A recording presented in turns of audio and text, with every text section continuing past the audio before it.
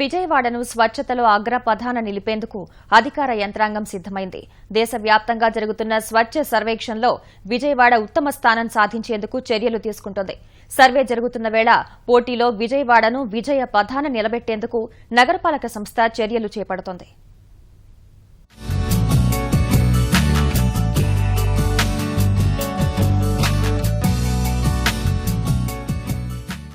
స్వచ్ఛ భారత్ అమలు తీరుపై quality control of India దేశవ్యాప్తంగా సర్వే చేస్తోంది. కేంద్ర పట్టణాభివృద్ధి శాఖ ఆధ్వర్యంలో 500 నగరాలు, పట్టణాల్లో సర్వే జరుగుతోంది.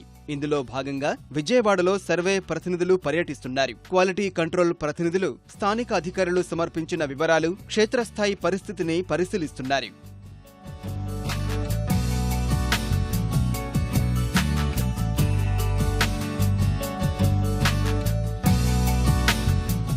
స్వచ్ఛ భారత్ కింద లేకపోతే శానిటేషన్ కింద మన ఇష్యూస్ని సాల్వ్ చేసిన తర్వాతే ఆ ప్లేస్ని ఏ రకంగా ప్రజలకి ఉపయోగపడే విధంగా దాన్ని మనము మార్చడం, మంచి ప్లేస్గా గ్యాదర్ అయ్యే ప్లేస్గా మంచి వాతావరణంగా తయారు చేసడానికి అనుకూలంగా ఉందని దాన్ని వాళ్ళు ఖచ్చితంగా సర్వే చేసి దానికి కూడా మార్క్ ఇస్తున్నారు. వెహికల్ డిపోలో వేస్ట్ మెటీరియల్గా ఉన్న ఇనుము సామాన్లన్నీ తీసుకొని మనము స్క్రాప్ స్కల్ప్చర్గా తయారు చేసి మనం ఒక పార్క్ కూడా తయారు చేయడం జరిగింది. ఇది స్వచ్ఛ భారత్ కింద మన దగ్గర కార్పొరేషన్లో ఉన్న వేస్ట్ మెటీరియల్ ఒక కార్పొరేషన్ తయారు చేసింది ఇదే మొట్టమొదటిసారిగా చేయడం జరిగింది. సో ఆ రకంగా చాలా విషయాలు వినూత్నమైన కార్యక్రమాలు మనం చేసింది. బెస్ట్ ప్రాక్టీసెస్ మన స్టేట్లో కూడా మన కార్పొరేషన్ కూడా చేయడం జరిగింది. అవన్నీ కూడా వాళ్ళకి తెలియచేయడం జరిగింది. నగరపాలక సంస్థ ఇచ్చిన నివేదికను క్షేత్రస్థాయిలో పరిశీలించడమే కాకుండా ప్రజలతో మాట్లాడి వాస్తవాలు సేకరిస్తారు. ఫోన్ల ద్వారానూ సర్వే నిర్వహించి ప్రజాప్రాయం తెలుసుకుంటారు. వాళ్ళు ఈ నమ్మ టాయిలెట్స్ చేసింది ఇవన్నీ కూడా వాళ్ళు సెలెక్ట్ చేస్తారు. ఆటోమేటిక్గా ర్యాండమ్గా వాళ్ళు సెలెక్ట్ చేసి ఎక్కడైనా వెళ్ళి ఇది చేయొచ్చు. మేము చెప్పిన ప్లేస్లో మేము చూపించిన ప్లేస్ మాత్రమే వాళ్ళు చెయ్యరు. ఆ రిపోర్ట్ నుంచి వాళ్ళు ర్యాండమ్గా సెలెక్ట్ చేస్తారు. ఆ ప్లేస్కి వెళ్ళి వాళ్ళు మొత్తం చూస్తారు. సో సడన్గా ఎక్కడైనా సర్ప్రైజ్గా ఎక్కడైనా రావచ్చు.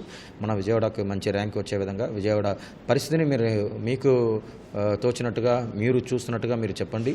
ఇలాగే చెప్పాలి, మంచిగానే చెప్పాలని కాదు. తప్పులు ఉంటే కూడా మీరు ఖచ్చితంగా తెలియచేయచ్చు. ఆ రకంగా కూడా మేము దానికి స్పందిస్తాము, యాక్షన్ తీసుకుంటాము. ఇంకా మన విజయవాడ వచ్చేసి ఒక స్వచ్ఛ విజయవాడగా, హరిత విజయవాడగా తయారు చేయడానికి మీ అందరూ సహకారం కావాల్సిందిగా కోరుతున్నాం.